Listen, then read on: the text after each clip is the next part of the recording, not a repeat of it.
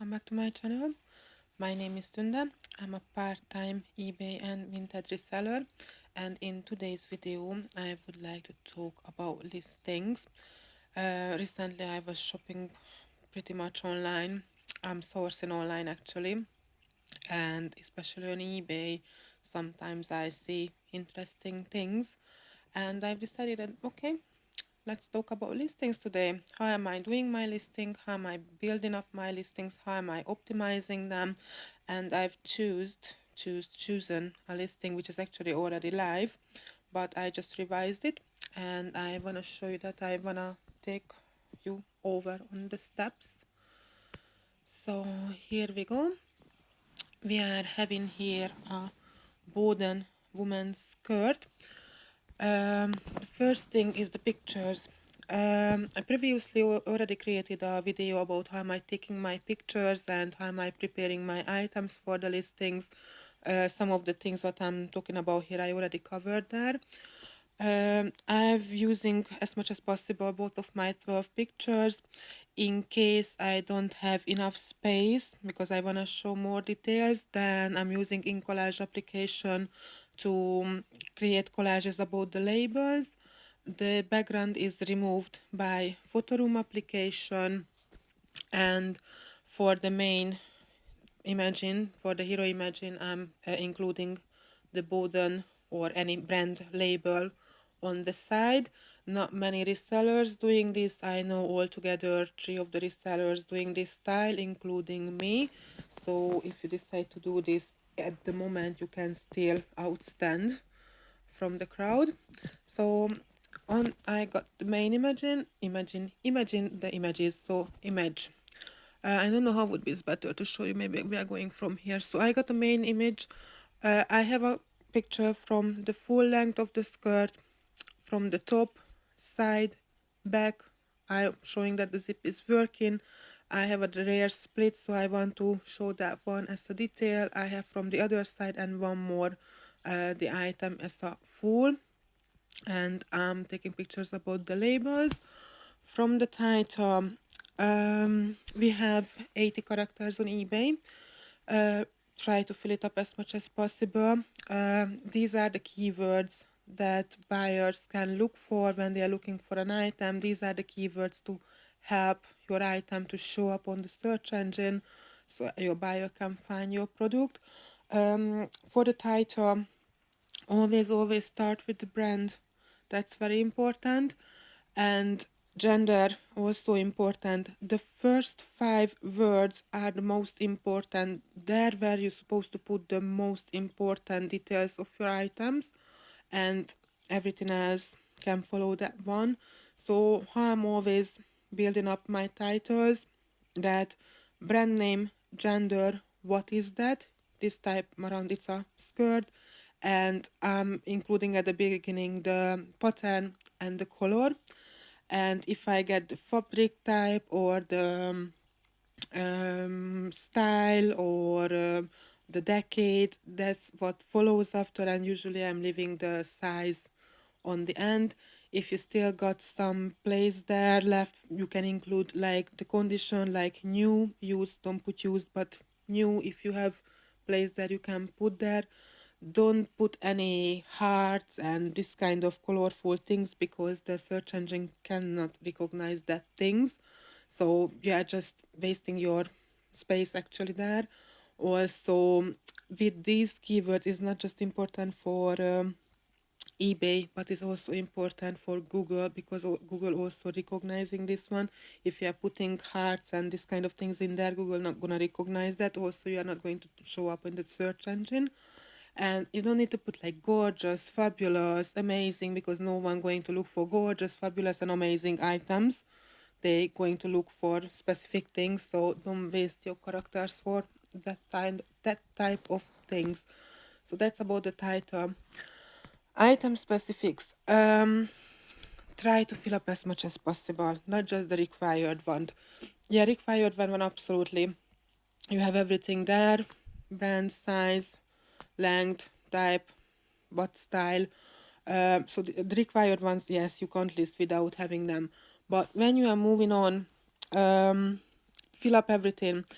if you don't know something, don't put there anything. If you don't have an accent or something is not relevant like character, don't put just there something for the sake of having there something, because it's not helping to turn up in the search engine. For example, not applicable. You don't need to put non-applicable, because none of your customers are going to look for non-applicable elements in any listing or any search. Yeah, so try to fill up as much as possible. Also, what I've just noticed, that if I have a vintage item, rather use the category vintage. You can find it in clothing, specialty, and vintage items from there. I realized that I got more views and I'm easier selling them. Like if I just put them in a standard category, like a standard skirt, and here I'm showing that yes, it's vintage, rather put in the vintage category. So if you don't know something, just leave it blank. Don't worry about it. Only relevant information put. I see it many times that sellers are not filling up this downer section. It takes nothing to fill up the origin of country. You have it on the labels, or what's the garment care. Also these ones like handmade. It's take nothing to put yes or no in there. And people might search for this, so that's the reason your item going to sell. So don't forget to fill up the downer part of the item specifics.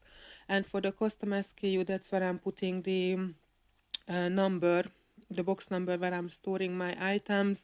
I know some resellers also putting here how much they bought the item. I'm not putting those ones, but I'm certainly putting the boxes where I'm storing my items. So once my item sold, it's really easy to find. Categories. You have options to create your own categories, or you have an option to accept eBay categories. When I started to reselling, I've created my own shop categories, but like this. But I realized it's better to use eBay oven categories. However, in my listings, I still have my shop categories, my by myself created shop categories, but I'm not using them. I opted out. Um, it's better if you are sticking with eBay categories. Description. Uh, Description is an area which is searchable. So don't just put it that it's a good condition, skirt, buy it now, whatsoever. Put informations, whatever you couldn't put in the item specific or in the title. Here is your choice to put any that kind of element there. As I said, it's a searchable area. These are also keywords. Usually I'm putting the item on the, like I'm creating a title and I'm using bullet points to talk about my item, to describe my item again. Measurements are very important. Many buyers are asking for measurements, so you can save time for your buyer, you can save time for yourself answering questions if you are putting measurements. Here we have a skirt. Previously I just always gave the waist measurements and the length measurements, but I realized that hip measurements is very important. Also, if you got a skirt like not a skirt, a dress, like a pencil dress, the hip measurements is really important for the buyer, so you want to put those things there. Condition, I'm putting condition again here, though it's not wouldn't be necessary, because actually that's my opinion, that it's a very good used condition. Might the buyer's opinion going to be different, though. I'm putting very good use condition only if I'm really sure it's in a good use condition. Otherwise, condition is described in the item specific. And I had many problems with returns previously due to item doesn't fit. So I'm just having this little disclosure here to asking my buyers to please check measurements towards your oven items. Oh, and actually we have a mistake here because we are having a skirt here. Excuse me, let me just correct this one. So check, I can't write. So check measurements towards your own skirt or your own item.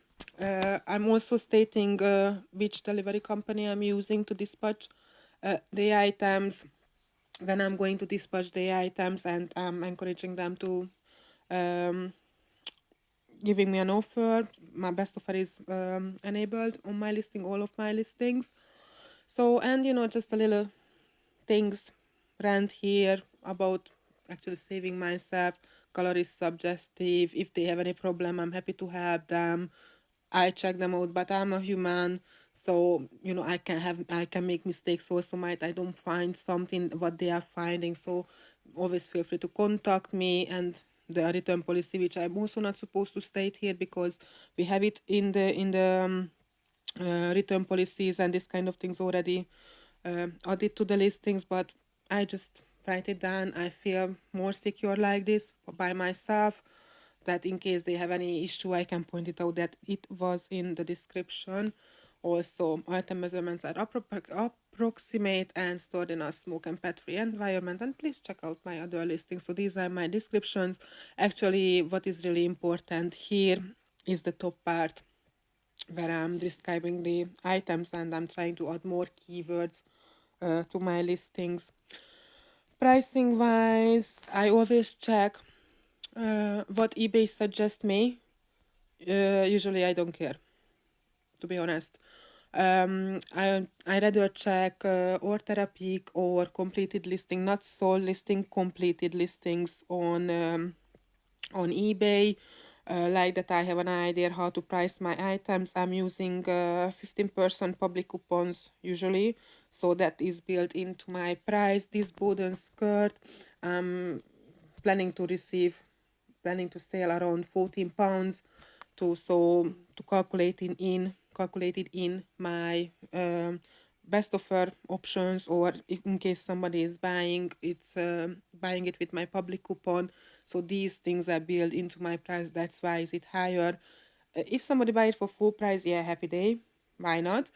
But this is not the exact price I'm expecting for this item to be sold. I'm expecting around £14, and I always allow offers. So the minimum offer amount, I always put in only £1 because I want to see all of the offers. I don't want to reject any offer. I want to see what my buyers are offering me. Offers are communication, so even if it is a low ball offer, don't get upset. That's a start of a communication. You can still meet halfway with the buyer. Just give an offer what you are, counter an offer what you believe that would be great for you, and might your buyer meet with you. But definitely I want to see all of my offer, and I'm specifically putting the £1 there because sometimes eBay can be tricky and magic can happen. So yeah, I want to make sure that I can see all of the offers.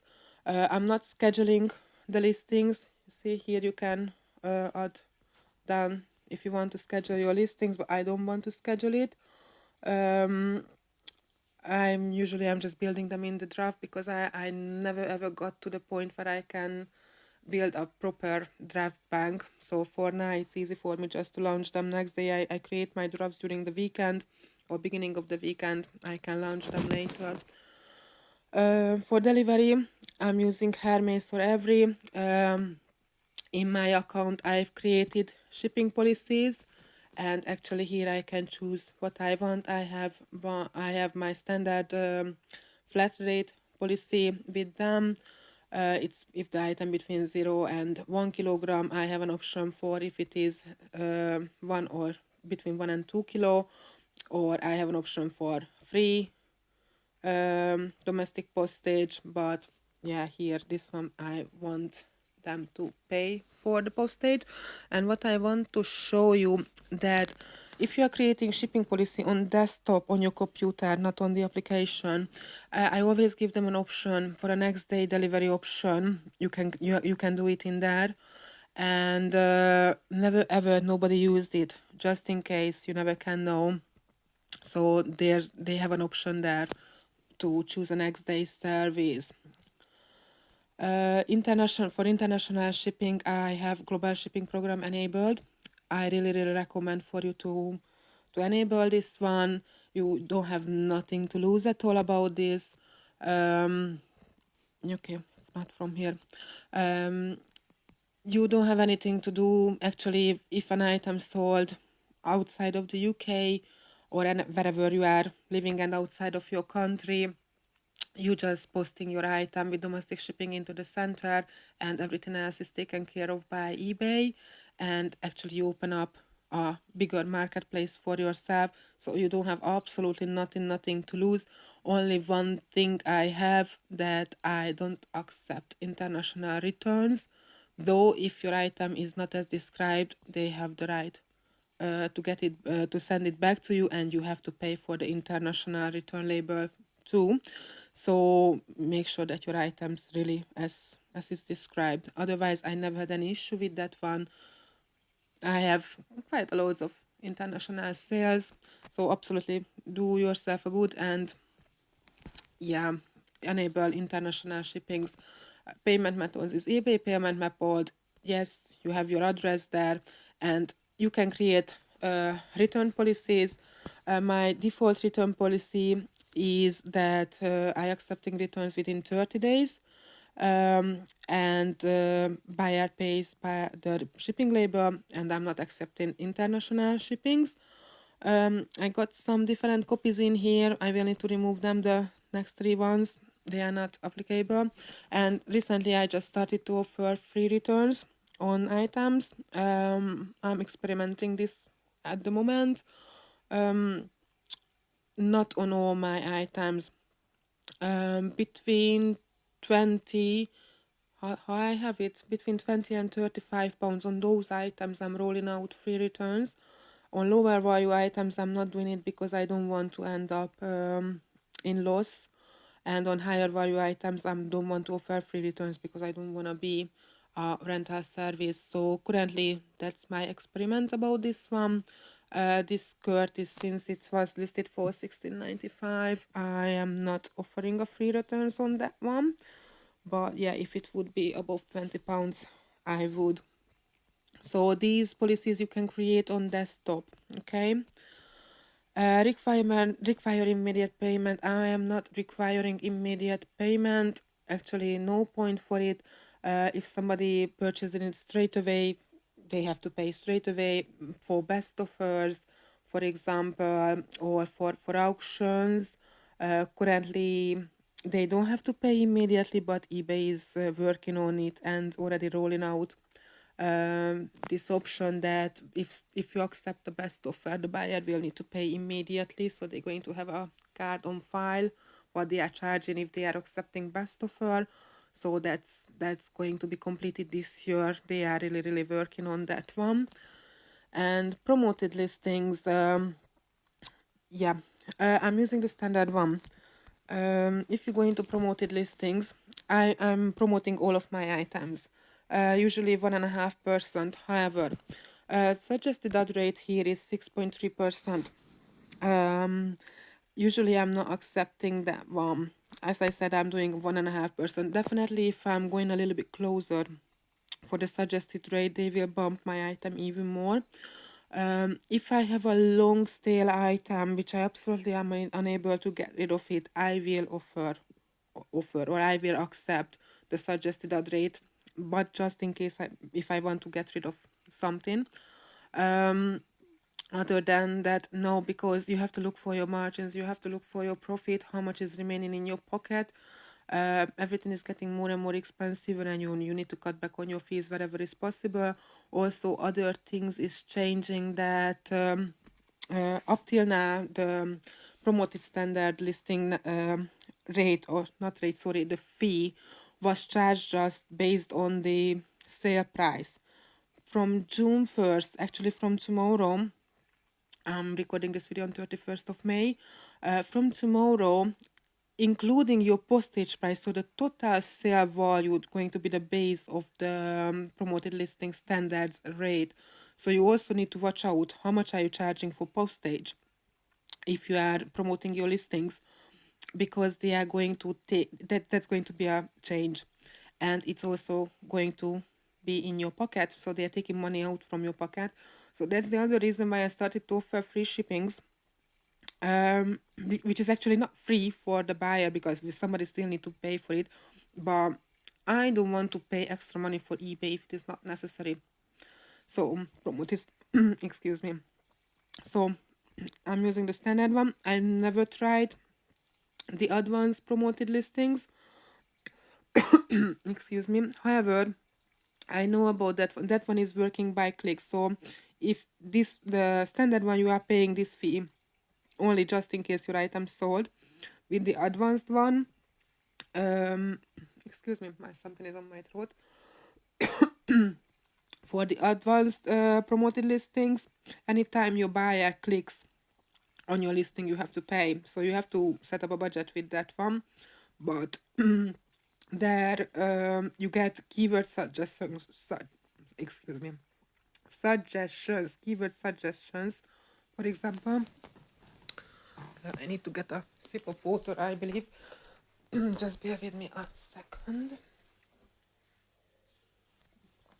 Yeah, so for the advanced promoted listing, you also going to get a keyword suggestions for your money. So actually you can work around the best keywords you can use in your listings. I never tried that one, so I don't know much about it. I can't really give a guidance about that, but the promoted standard listing is working out pretty well for me. So 80% of my views are coming from this advert. My organic views just around 20%, and also with impressions, my impressions are quite high. I have about 230 listings currently, and my impressions is over 7 million. So it's working for me very well, and that's it. Listing is done. So this one, before I releasing a listing, I always preview it just to make sure, that all the pictures are fine. I remove properly the logo, the photo room logo. Nothing is upside down. So all fine. Quickly have a look on the title. Everything is looking good. And we can launch the listing, which actually for me now is just revising it since it was already a live listing. So yeah, this is how my listings are looking. One more thing. When you launch your listing, don't click done. Click on view listings, and here you can set your offer settings. Inside the listing, we already decided that minimum offer amount what we are accepting is £1 because we want to see all the offers. But here you can set up an auto accept amount, so you can automate it. Since I'm aiming £14 for this item, that's my minimum, that's my auto accept amount. So if somebody offering me £14 or above, eBay automatically going to accept that amount for me, and I don't have nothing to do. And this is good because actually a sale can happen without me to do anything with this one. Faster, more comfortable. So I really would recommend for you to set up auto accept amount. It make your life far easier. So yeah, this is it. Hey, I'm back here. So hope you like this video. Sorry about my voice in between. Sometimes I would need to put a glass of water maybe on my side so I can have a sip of water. If you like this video, don't forget to hit the like button. Don't forget to subscribe to my channel to see more videos, tips and tricks selling on eBay. And yeah, hope to see you in the next video. Take care. Bye.